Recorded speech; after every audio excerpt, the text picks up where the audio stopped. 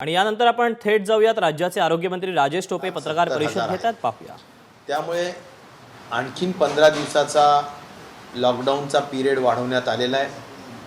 आशा करूया की खऱ्या अर्थाने महाराष्ट्रातली जनतेने यामध्ये खूप मोलाचं सहकार्य देऊन आपल्याला ही साखळी तोडण्यामध्ये सहकार्य करावं हीच महत्त्वाची अपेक्षा आहे। नंबर 2, आज सविस्तर 3 तास झालेल्या या चर्चेमध्ये जे महत्त्वाचे निर्णय झाले त्यात सगळ्यात महत्त्वाचं ऑक्सिजन संदर्भात अत्यंत काटकसरीने ऑक्सिजनचा वापर करणे, म्हणजेच प्रत्येक हॉस्पिटलने ऑक्सिजन ऑडिट हे केलं पाहिजे। काही सक्सेस स्टोरीज, काही यशोगाथा ह्या महाराष्ट्रातल्या आहेत, काही इतर राज्यातल्या मध्य प्रदेशच्या आहेत, तर त्याचं अनुकरण केलं पाहिजे की कसे लिकेज थांबवायचे, कसे एक 40 ते 50 पेशंट्सच्या मध्ये साधारणपणे एक ऑक्सिजन नर्स ही संकल्पना ठेवायची की जेणेकरून त्या पेशंट्समधले कुणालाही शौचालयाला जायचं असेल किंवा काही जायचं असेल तर ते काढतात आणि निघून जातात, ऑक्सिजन वाया जातं।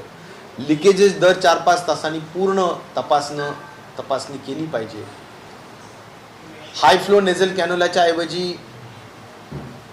त्याला आपल्याला कमी ऑक्सिजन पर मिनिट लागेल अशा CPAP किंवा बायपॅपवर घेतलं पाहिजे। अनेक अशा काही गोष्टी आहेत की ज्याच्यातून ऑक्सिजनची बचत करा, हा सगळ्यात महत्त्वाचा विषय।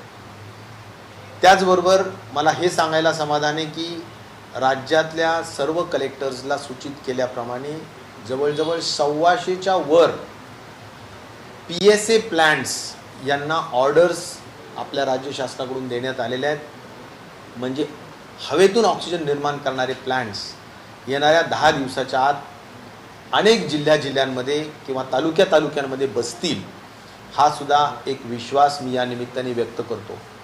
हे सर्व एवढ्यावरच न थांबता ऑक्सिजन कॉन्सन्ट्रेटर्स 10 LPMचे 5 LPMचे प्रत्येक जिल्हाधिकाऱ्यांनी आपल्या ॲक्टिव्ह पेशंटच्या 25% आपण ऑक्सिजन कॉन्सन्ट्रेटर्स म्हणजे 400, 500, 600 पर्यंत ऑक्सिजन कॉन्सन्ट्रेटर सहज असलेच पाहिजे असं सुद्धा बंधनकारक केलेलं आहे, जेणेकरून प्रत्येकाला आपल्या स्वतःचं एक ऑक्सिजन कॉन्सन्ट्रेटरच्या माध्यमातून माइल्ड मॉडरेट पेशंट्सपर्यंतचं आपल्याला ऑक्सिजन व्यवस्थापन ऑक्सिजन कॉन्सन्ट्रेटरवर करता येतं।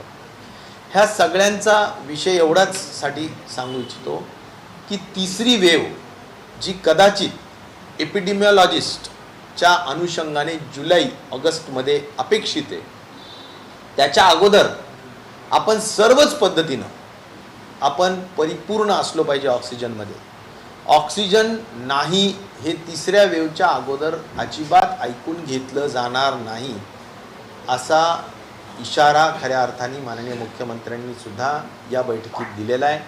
मग त्यामध्ये आपण स्वयंपूर्ण आपण असलो पाहिजे।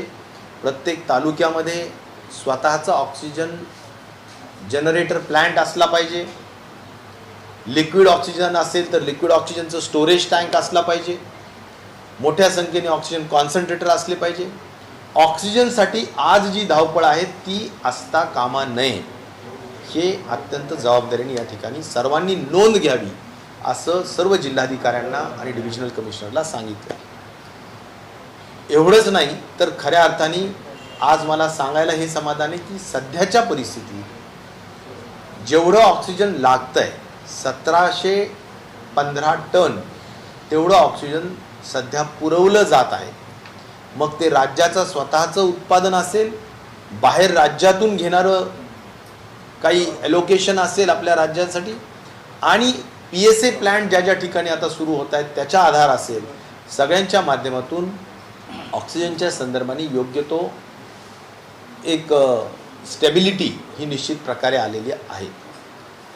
रेमडेसिवीरचा अतिशय ज्युडिशियस वापर करा, हा सुद्धा एक आढावाच्या अनुषंगाने सूचित केलेला महत्त्वाचा मुद्दा आहे। आज जरूर 10-15 हजार रेमडेसिवीरचे इंजेक्शन्स केंद्र सरकारच्या ॲलोकेशनच्या अनुषंगाने आपल्याला गरजेपेक्षा कमी पडत आहेत आणि त्यामुळं काटकसरीने, परंतु जे योग्य पेशंट्स आहेत त्यांना दिलं पाहिजे. मात्र अनावश्यक यूज करून त्याचा दुष्परिणाम त्या पेशंट्सवर होता कामा नये, हा सुद्धा महत्त्वाचा भाग लक्षात घेतला पाहिजे. कारण हे माननीय नुसते टास्क फोर्स कमिटीचे मेंबर्सच नाही, तर ICMR म्हणतं, WHO म्हणतं, सगळेच जण म्हणतात की एक्सेसिव्ह यूज रेमडेसिवीरचा करता कामा नाही, कारण त्याचे खूप मोठे दुष्परिणाम आहेत. त्यामुळे त्यावरही चर्चा झाली.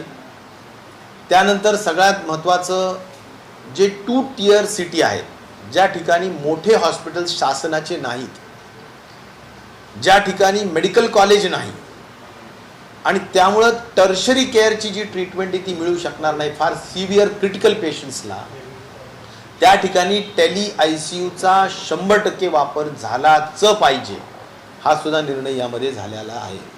म्हणजे पेशंटला त्या ठिकाणी एक अतिशय हाय रेझोल्युशनचा कॅमेरा त्या ठिकाणी बसवला जातो पेशंटच्या बेडच्या बाजूला, आणि त्यावरून पेशंटची पूर्ण परिस्थिती मॉनिटर सहित ज्या ठिकाणावरून आपल्याला कन्सल्टन्सी होणारे, ज्या ठिकाणावरून आपल्याला प्रिस्क्रिप्शन मिळणारे, ज्या ठिकाणावरून आपल्याला संपूर्ण उपचाराच्या संदर्भातला सल्ला मिळणारे, त्या ठिकाणचे डॉक्टर्स, मग ते पुण्याचे असो मुंबईचे असो, या माध्यमातून आपल्याला ते कन्सल्टन्सी देतील, असाही एक महत्त्वपूर्ण निर्णय. ज्या ठिकाणी खरोखर क्रिटिकल पेशंट्स कधीकधी असेही असतात की नुसता कोविड झालेला नाही, त्या पेशंटला पूर्वीचाच कार्डियकचा हृदयाचा आजार आहे आणि कोविड झाला आहे, किडनीचा आजार आहे आणि त्याला कोविड झाला आहे, त्याला लिव्हरचा आजार आहे आणि त्यात कोविड झाला आहे. तर या सगळ्याच अनुषंगाने हे जे काही मल्टी ऑर्गन इन्व्हॉल्ड जे पेशंट्स असतात त्यांना क्रिटिकल केअरची खूप आवश्यकता असते, आणि अशा वेळेस अतिशय स्पेशलिस्टचा सल्ला आवश्यक असतो. अनेक असे जिल्हे आहेत की ज्या ठिकाणी अशा सोयी नाही. मग हिंगोली म्हणता येईल, परभणी म्हणता येईल, जालना म्हणता येईल, उस्मानाबाद म्हणता येईल, रत्नागिरी, सिंधुदुर्ग म्हणता येईल की या ठिकाणी टर्शरी केअरच्या व्यवस्थापन नाही.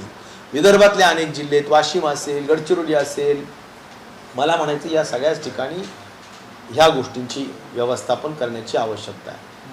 त्याचबरोबर सर्वात महत्त्वाचं या निमित्ताने सांगितलं पाहिजे की आपण वॅक्सिनेशनच्या संदर्भात, आज वॅक्सिनेशनच्या संदर्भात 1 मेला आपण जे सुरू करण्याचा निर्णय केंद्र सरकारने सांगितला, तरी सुद्धा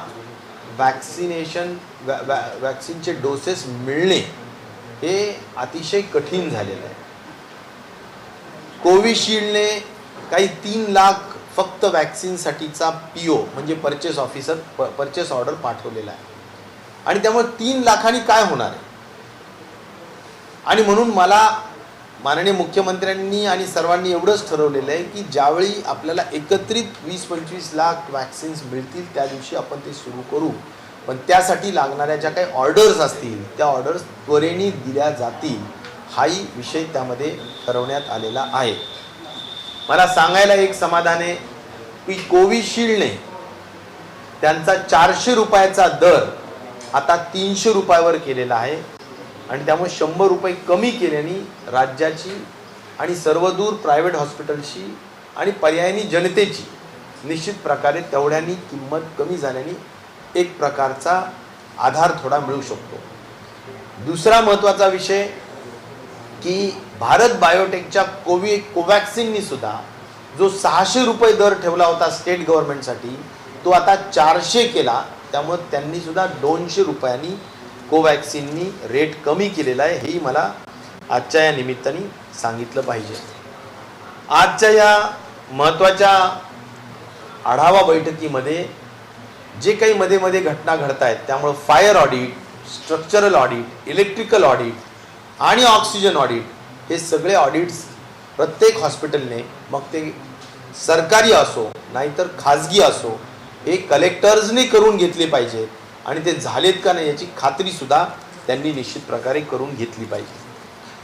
आजच्या या निमित्ताने दिवसभरातल्या अनेक बैठकांमध्ये मी माहिती सांगू इच्छितो की केंद्र सरकारने जे काही CSR ॲक्टिव्हिटी प्रत्येकाच्या निव्वळ नफ्यातून 2% CSR साठी खर्च केला पाहिजे असं जे बंधनकारक केलेलं आहे, त्या खर्चामध्ये अनेक जे काही शिक्षण आणि अन्य काही सगळ्या सामाजिक गोष्टी होत्या त्यामध्ये आता कोविडचा सुद्धा अंतर्भाव केलेला आहे. आणि त्यामुळं प्रत्येक कंपनी आपल्या CSR मधून 2% जे काही खर्च करणारे ते कोविडवर करू शकते आणि तो खर्च CSRचा खर्च ग्राह्य धरला आहे. आणि म्हणून आज आम्ही फिकीची बैठक घेतली. मी स्वतः फिकीच्या बैठकीमध्ये, म्हणजे फिकी ही एक अत्यंत मोठी 2.5 लाख खाजगी कंपन्यांची एक महत्त्वाची ऑर्गनायझेशन, एक संस्था आहे. आणि त्या संस्थेने सुद्धा पुढाकार घेऊन ठरवलंय, कारण फिकीचे सर्व पदाधिकारी होते आणि त्यांनी अतिशय जबाबदारीने सांगितलं की आम्हाला राज्य शासनाला मदत करायची आहे. मग त्यामध्ये ज्या काही तुमच्या गरजा असतील त्या आम्हाला कळवा, आम्ही तुम्हाला निश्चित प्रकारे त्यामध्ये मदत करू. मग आम्ही ज्या गरजा कळवल्या त्यामध्ये ऑक्सिजन जनरेटर प्लांट्स असतील, ऑक्सिजन कॉन्सन्ट्रेटर प्लांट्स असतील, मोठ्या संख्येने ऑक्सिजन स्टोरेज करण्याच्यासाठीचे स्टोरेज टँक असतील, रेमडेसिवीरचे औषध मोठ्या पद्धतीनं उपलब्ध बाहेर देशातून करून देता येतील का त्या संदर्भातला विषय असेल, किंवा सगळ्यात महत्त्वाचं काही CT scan machines, MRI machines यासुद्धा आपल्याला काही प्रमाणात उपलब्ध होतील का, त्याही बाबतीतली मागणी आम्ही केली, ज्यामध्ये त्यांनी निश्चित प्रकारे सकारात्मकता दाखवलेली आहे. त्याच अनुषंगाने NGO जी आहे, जी मुंबईसाठी आणि महाराष्ट्रासाठी काम करते, ज्याचं नाव प्रोजेक्ट मुंबई आहे, तर मुंबई प्रोजेक्टने सुद्धा या सर्व बाबींमध्ये मदत करण्याच्या संदर्भात पुढाकार घेतलेला आहे आणि ते पुढाकार घेऊन मदत करण्याचा सूचना त्यांनी सुद्धा राज्य शासनाला दाखवलेली आहे. आज प्रामुख्याने डेथ बॉडीच्या संदर्भात ज्या काही घटना बीड आणि अनुषंगिक घडल्या त्याबाबत सुद्धा खूप गंभीर दखल त्याची घेतलेली आहे. अगदी कोर्टाने सुद्धा या संदर्भातला दखल घेतली आहे की डिग्निटी टुवर्ड्स डेथ बॉडी या संदर्भाने महत्त्वाची दखल घेत आजच्या आढावा बैठकीमध्ये माननीय मुख्यमंत्री महोदयांच्या हे निश्चित ठरवण्यात आलेलं आहे की कुठल्याही परिस्थितीत शववाहिन्यांची संख्या वाढवा, शववाहिन्या वाटेल तेवढ्या पद्धतीनं ठेवा, परंतु एका सन्मानाने शेवटची यात्रा जी आहे ती सुद्धा सन्मानानेच झाली पाहिजे, अशा पद्धतीच्या सुद्धा सूचना नगरपालिकेला, महानगरपालिकेला देण्यात आलेल्या आहेत. कारण या संदर्भातली जी कार्यवाही आहे ती त्या स्थानिक स्वराज्य संस्थेने करण्याची गरज असते. त्याचबरोबर शववाहिन्यापुरताच विषय नाही, तर जो काही क्रिमेटरी किंवा आपण ज्याला अंत्यसंस्कार करण्याचे ठिकाण म्हणू, त्या ठिकाणी सुद्धा निश्चित प्रकारे इलेक्ट्रिकल, गॅस आणि डिझेल यावर चालवणाऱ्या ज्या ज्या काही टेक्नॉलॉजीजच्या आपल्याला अंत्यसंस्कार करण्याच्या ज्या महत्त्वाचे उपकरण आहेत, तर त्याचाही वापर त्वरेने खरेदी करून करावा, अशाही सूचना या ठिकाणी देण्यात आलेल्या आहेत. आणि त्यामुळं त्याही बाबतीत संपूर्ण जी गाईडलाईन दिलेली आहे त्या अनुषंगाने काम करणं गरजेचं आहे. अशा अनेक महत्त्वाच्या सूचना या आढाव्याच्या बैठकीमध्ये प्रशासनाला देण्यात आल्यात. लॉकडाऊन हे अत्यंत स्ट्रिक्टली पाळलं जावं, हेही महत्त्वाची सूचना देण्यात आलेली आहे. जे काही अत्यावश्यक सेवा आणि मास ट्रान्सपोर्टचे संदर्भातले जे वाहनं आहेत ते वगळता अन्य फार सहज पद्धतीनं मूवमेंट हे असता कामा नये, अशाही सूचना त्या ठिकाणी देण्यात आलेल्या आहेत. आणि म्हणून या सगळ्या गोष्टी शेवटी जनहितासाठीच आहेत, आपल्या आरोग्यासाठीच आहेत आणि आपल्याला यातून लवकर बाहेर पडून आपल्याला पुन्हा एकदा महाराष्ट्र जो एक अत्यंत प्रगतशील आणि एक अत्यंत प्रोग्रेसिव्ह स्टेट आहे त्या दिशेला पुन्हा जायचं आहे लवकर. त्या दृष्टिकोनातून आपल्याला पूर्ववत स्थिती लवकर आणायची आहे. यासाठी सगळ्यांनी सहकार्य करावं हीच विनंती आणि नम्र या ठिकाणी आपल्या सगळ्यांना विनंती या ठिकाणी करू इच्छितो. धन्यवाद. सर, मुंबई हायकोर्टाने राज्य सरकारला एक सूचना केलेली आहे की लॉकडाऊनचं उल्लंघन सर्रासपणे करतात, त्यामुळे आता जो नवीन लॉकडाऊन 15 मे पर्यंत केला जाणार आहे तर त्यामध्ये कडक निर्बंध असावे जेणेकरून लॉकडाऊनचं उल्लंघन होणार नाही, अशा प्रकारे सूचना केली. याबद्दल काय आता जो नवीन लॉकडाऊन त्यात अधिक काही कडक निर्बंध करण्यात आले का? नाही, मला वाटतं आता जे लॉकडाऊन एकंदर आहे त्यामध्ये अत्यावश्यक सेवा आणि मास ट्रान्सपोर्ट जर सोडला तर बाकी कुठेही खरं तर अलाउड नाही आहे. भाजीपाल्यासाठी सकाळी काय ते 10-11 वाजेपर्यंत तास 2 तास वेळ दिला जातो, त्या व्यतिरिक्त वेळ नाही आहे. परंतु आता पोलीस विभागाने या संदर्भात अधिक दक्षता घेणं, काळजी घेणं आणि विनाकारण जर कोणी फिरत असेल तर त्याला निश्चित प्रकारे त्याची अडवणूक करून त्याला विचारपूस करून त्या संदर्भातली योग्य ती कार्यवाही करणं मला वाटतं गरजेचं आहे आणि तशा सूचना निश्चित प्रकारे देण्यात आलेल्या आहेत आणि ती आजच्या काळाची गरज आहे. 1 मे पासून 15 ते 44 वयोगटातलं लसीकरण सुरू होणार आहे, तर त्याचं नियोजन कसं असणार आहे? गावपाड्यांपासून म्हणजे तालुका पातळी, गाव इथपासून ते शहरांमध्ये आज आपण पाहतो आहोत की 45 वयाच्या पुढील लसीकरणाची जी जबाबदारी पूर्णपणे राष्ट्रीय लसीकरण कार्यक्रम म्हणून भारत सरकारची आहे. आता मुंबईने ठरवलं आहे की आम्ही 1-2-3 दिवस लसीकरण बंद करणार. त्याचं कारण काय की लस उपलब्ध नाही. एखाद्या लसीच्या केंद्रावर कुठेतरी तुरळक 1 आकड्या 2 आकड्यामधली लस जर उपलब्ध असेल तर त्या ठिकाणी लसीकरणाचं केंद्र सुरू ठेवून चालत नाही, कारण मोठ्या संख्येने लोक येतात आणि त्यांना परत जावं लागतं. म्हणून कदाचित महानगरपालिका मुंबईने हा निर्णय घेतलेला असावा आणि त्यामुळं महाराष्ट्रामध्येच एकंदर 45 वर्षाच्या पुढील वयोगटातील लोकांसाठी ज्या लसीचा पुरवठा होतोय तो खऱ्या अर्थाने आम्ही ज्या गतीनं लसीकरण करतोय त्या गतीनं होत नाही आणि त्यामुळं आणखीन गती वाढावी यासाठी वारंवार आम्ही विनंती करतो आहोत.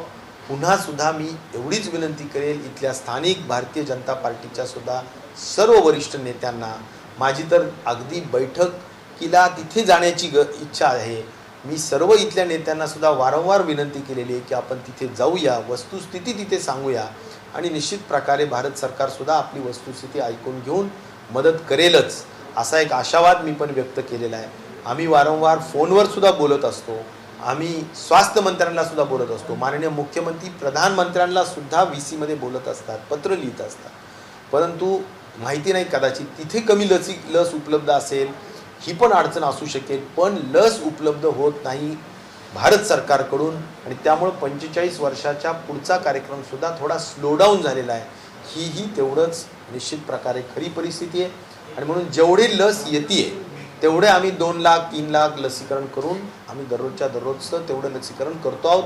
परंतु आज भारत देशामध्ये महाराष्ट्र हे नंबर 1चं आहे, कारण आम्ही 1,55,00,000च्या पुढे लसीकरण केलं आहे आणि ॲव्हरेजमध्ये सुद्धा उच्चांकामध्ये सुद्धा 5.5 लाख एका दिवसात लसीकरण करण्याचा उच्चांक सुद्धा आम्ही गाठला आहे, जो आम्ही 8 लाख सुद्धा गाठू शकतो. पण तेवढ्यासाठी 8 दिवसासाठीची एक महत्त्वाची 50-60 लाख लसीची उपलब्धता जर करून दिली तर ते पण आपण करू शकू. राहिला प्रश्न 18 ते 44 वयोगटाच्या संदर्भातला, आपण आज माननीय मुख्यमंत्र्यांनी फार स्पष्ट सांगितलं, कॅबिनेटमध्ये सुद्धा सांगितलं की एका चेकने लागणारा संपूर्ण पैसा द्यायला आपण तयार आहोत त्या कंपनीजला. परंतु ती कंपन्या आज लसीकरणाला खऱ्या अर्थाने लस उपलब्ध करून देऊ शकत नाहीये. हा त्यातला सगळ्यात महत्त्वाचा आव्हानात्मक बाब आहे. नाहीतर एका चेकनी लागत असणारा 4,000 कोटी असतील, 3,000 कोटी असतील, ते सुद्धा देण्याची आज इच्छा आणि तयारी ही निश्चित प्रकारे महाविकास आघाडीची आहे आणि त्यामुळं लसीकरणामध्ये कुठेही आपण मागे पडणार नाही आहोत. अतिशय ॲग्रेसिव्हली लसीकरण करण्याची आमची तयारी आहे आणि म्हणून आम्ही त्या कंपन्यांनाही सांगितलं आहे की आम्हाला प्राधान्य द्या आणि आम्हाला शेड्यूल लवकर द्या. जे काही असतील त्या सगळ्या किमती माननीय मुख्यमंत्री आणि उच्चस्तरीय जी काही एम्पावर्ड कमिटी केलेली आहे ते त्या सगळ्या लसीच्या किमती ठरवतील आणि त्या संदर्भात पुढील कार्यवाही केली जाईल.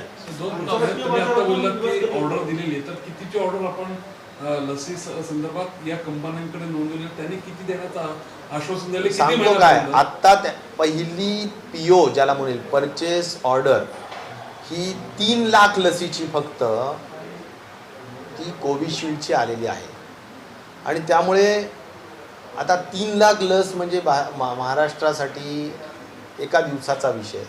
मग आपण 1 मेला सुरू करायची आणि परत थांबून टाकायचे का, हा महत्त्वाचा विषय. म्हणून एकत्र आपण जर ज्यावेळी तो सुरू करू कार्यक्रम त्यावेळी त्याच्यामध्ये सातत्य असलं पाहिजे. आणि त्यामध्ये सुद्धा मॉडॅलिटीज ठरवाव्या लागतील की एकदम 18 ते 44 एकाच वेळेस सगळ्यांना जाऊ द्यायचं का त्याच्यामध्ये खऱ्या अर्थाने 25 ते म्हणजे 35 ते 44 पहिला वयोगट, नंतर 25 ते 35 दुसरा वयोगट, नंतर 18 ते 25 तिसरा वयोगट, असं करता येईल का? या सगळ्या बाबतीत कोर कमिटी आणि आमच्या विभागाचे सर्व अधिकारी वर्ग आणि मंत्रिमंडळातले सर्व ज्येष्ठ मंत्री माननीय मुख्यमंत्र्यांच्या अध्यक्षतेखाली ही लवकर बैठक घ्यावी असा आग्रह मी आज माझ्या VC मध्ये केला. आणि मला वाटतं मुख्यमंत्री महोदय याचा वेळ लगेचच देतील. आणि त्या अनुषंगाने या संदर्भातल्या ज्या मायक्रो प्लॅनिंग म्हणता येईल त्याला किंवा मायक्रो मॅनेजमेंट म्हणता येईल की ज्यामध्ये आमच्या 18 ते 44 वयोगटातील कुणालाही त्रास होता कामा नये, त्या ठिकाणी विनाकारण मिसमॅनेजमेंटमुळे गर्दी होता कामा नये, याची खबरदारी घेण्यासाठी एक व्यवस्थित नियमावली बनवण्याचं काम ही कोर कमिटी करेल. आणि त्या कमिटीच्या माध्यमातून जी नियमावली खऱ्या अर्थाने निर्गमित करण्यात येईल त्यानंतर एक अतिशय शिस्तबद्ध पद्धतीनं 18 ते 44 वयोगटासाठीचं लसीकरण करण्याचा मानस हा महाविकास आघाडी सरकारचा आहे. कंपन्यांकडे आपण किती ऑर्डर दिले, त्यांनी किती मान्य केलं? त्यांनी फक्त 3 लाखाचा PO दिलाय. आता 3 लाखाचा PO घेऊन आपल्याला प्रश्न असा आहे की आता एक स्ट्रॅटेजी ठरेल की जो काही परचेस ऑर्डर्स त्या काही दिल्या जात आहेत तेवढ्या घ्यायच्या का, मग 3 लाख घेऊन ठेवूया, मग परत अजून कोणी जर दुसरं दिलं तर ते पण घेऊन ठेवूया, असं आपल्याला काय करायचं हे सगळंच ह्या कोर कमिटीमध्ये आता आज उद्यामध्ये ठरवण्यात येईल. पण आज मी सांगतो फक्त 3 लाखची PO म्हणजे परचेस ऑर्डर ही सिरम इन्स्टिट्यूटकडून आलेली आहे. बाकी आपण सगळ्यांना एक कळवलं की आम्हाला 12 कोटी लस पाहिजेत, ते आपण लवकर द्या, त्याची काय प्राईज आहे ते सांगा आणि आम्ही कशा स्वरूपाने काय पेमेंट्स आणि कसं शेड्यूल राहील ते सांगा, हे सर्वांनाच सांगितलेलं आहे. परंतु त्यापैकी फक्त आता कोविशिल्डने 3 लाखापुरतं PO दिलेलं आहे. कोर कमिटीमध्ये कोण कोण असेल? कोर कमिटी जी नेहमी एक सरकारच्या महत्त्वाच्या प्रश्नांची सोडवणूक करणाऱ्यामध्ये माननीय अजितदादा पवार उपमुख्यमंत्री असतात, जयंत पाटील आमचे प्रदेशचे अध्यक्ष असतात, एकनाथराव शिंदे असतात, इकडून अशोक चव्हाण साहेब आणि तुमचे बाळासाहेब थोरात असतात. ह्या सगळ्या कोर कमिटीच्या माध्यमातून अनेक राजकीय आणि अन्य निर्णय घेतले जातात. याच्या व्यतिरिक्त आता कोविडच्या संबंधातले निर्णय असल्यामुळे मग त्यात आरोग्य विभाग असेल, वैद्यकीय शिक्षण विभाग असेल, तर आम्ही सुद्धा सगळेजण त्यामध्ये राहू आणि आमचे अधिकारी वर्ग राहतील, विभागाच्या सर्व प्रमुख वर्ग अधिकारी राहतील आणि त्यातून त्याच्या ज्या बारकावे असतात हे कशी लसीकरण करायचं त्या संदर्भातले निर्णय घेतले जातात. आंतरराष्ट्रीय बाजारातून लस कधी उपलब्ध होतील राज्याला? टॉसिलुझुमॅब संदर्भात केंद्राने एक पत्र पाठवलेलं आहे. शेवटचा जो साठा आहे त्यातले केवळ 800 इंजेक्शन आता शिल्लक राहिलेले आहेत, ते महाराष्ट्राला पाठवले देखील आहे. इथून पुढे ते काटकसरीने वापरावेत असं त्यांचं म्हणणं आहे. या संदर्भामध्ये जी परदेशी कंपनी या संदर्भात काय आपलं बोलणं चाललंय का? आजच्या बैठकीत विषय झाला. टॉसिलुझुमॅब हे सायटोकाईन स्टॉर्म आल्यानंतर ज्याला आपण आपल्या बॉडीनीच खूप मोठ्या पद्धतीनं त्याला व्हायरसला प्रतिसाद दिला आणि आपली बॉडीच आपल्याला डिस्ट्रॉय करते किंवा आपल्याला नुकसान पोचवते, अशा वेळेस ते टॉसिलुझुमॅब देत असतात. या इंजेक्शनच्या संदर्भात जरूर 800 इंजेक्शन्स अख्ख्या राज्यासाठी पाठवलेत. ते प्रत्येक जिल्हावार थोडे थोडे पाठवण्याचा निर्णय घेण्यात आलेला आहे आणि त्यामुळे त्याचा अत्यंत काटकसरीनं वापर करण्याची आवश्यकता आहे. गरजेप्रमाणेच वापरावा अशा पद्धतीच्या सूचनासुद्धा आम्ही दिलेल्या आहेत आणि त्यामुळे सिप्ला नावाची जी कंपनी आहे ती हे बनवते, त्यांना आम्ही पुन्हा सांगितलं आहे की एवढ्यावर भागणार नाही, पुन्हा आम्हाला जास्तीच्या उपलब्ध करून द्या किंवा त्याला अल्टरनेट जे काही बायोकॉन नावाची कंपनी इटुलिझुमॅब जे इंजेक्शन याच संदर्भासाठी आणि याच कंटेंटच्या दृष्टिकोनातून असतं तर ते सुद्धा उपलब्ध करून देण्याच्या सूचना सुद्धा आम्ही दिलेल्या आहेत. तर आंतरराष्ट्रीय बाजारातून राज्याला लस कधी उपलब्ध होती? लसीकरणाच्या संदर्भात स्पुटनिक या एकमेव सध्या असलेल्या कंपनीशी चर्चा सुरू आहे. त्यांचा कोणीतरी महाराष्ट्रामध्ये आणि देशासाठी जो काही त्यांचा इंडिया हेड असेल त्यांच्या माध्यमातून त्यांना किती लस उपलब्ध होईल, काय रेट्स असतील, त्या बाबतीत माननीय मुख्यमंत्री स्तरावर, वरिष्ठ स्तरावर या सगळ्या गोष्टी सुरू आहेत. त्याबाबतचा सुद्धा अंतिम निर्णय झाला तर आपण माध्यमांना सुद्धा कळवू. जर फायझर कंपनीला WHO ने मान्यता दिली त्यामुळे राज्याच्या नागरिकांना ती अधिक सुरक्षित होते, तर फायझर लस राज्याच्या नागरिकांना उपलब्ध होईल का? फायझर ही सगळ्यात महागडी लस आहे. तिची किंमत 1500 रुपये त्यांनी सांगितलेली आहे. चायनीज लस 750 रुपये सांगितलेली आहे. आता जॉन्सन अँड जॉन्सन आणि त्याचबरोबर झायडस कॅडिला ह्या 2 कंपन्यांच्या लसीसुद्धा ऑगस्ट महिन्यामध्ये उपलब्ध होणार आहेत.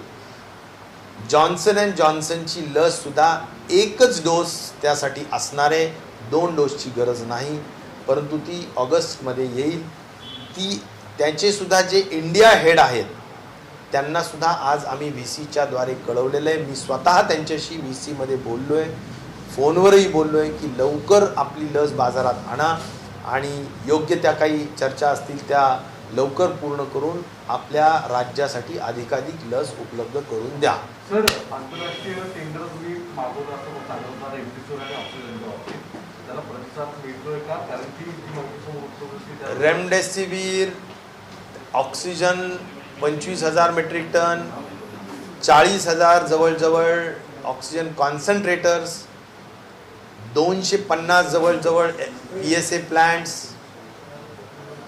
या आणि मला वाटतं एक 15 ते 20 ऑक्सिजन लिक्विड ऑक्सिजन स्टोरेजचे टँक्स, असं आपण 5 आयटमसाठी एक्सप्रेशन ऑफ इंटरेस्ट आपण इंटरनॅशनल लेवलला दिलेले आहेत आणि त्याच्या संदर्भातले जे काही प्रतिसाद आहे त्यासाठी जे 3 दिवस दिले होते त्यातला आजचा हा 3रा दिवस होता. मग आता 3 दिवसाच्या नंतर आता 4थ्या 5व्या दिवशी त्याच्यावर कदाचित सोमवारपर्यंत आपण अपेक्षा करू, कारण शनिवार रविवारी बऱ्यापैकी सगळं बंद असू शकेल. त्यामुळे सोमवारपर्यंत अपेक्षा करू की त्याच्या संदर्भातल्या ज्या ज्या काही गोष्टी येतील.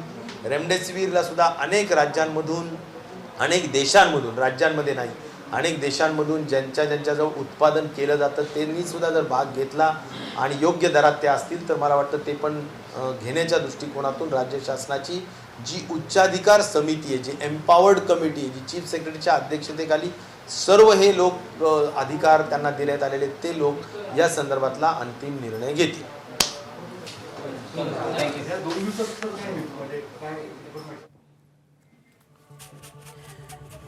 तर हे होते राज्याचे आरोग्यमंत्री राजेश टोपे. आज जी आढावा बैठक घेण्यात आलेली होती या आढावा बैठकीनंतर कुठले राज्यासाठी महत्त्वाचे निर्णय घेण्यात आलेले आहेत याबद्दलची माहिती राजेश टोपे यांनी दिलेली आहे.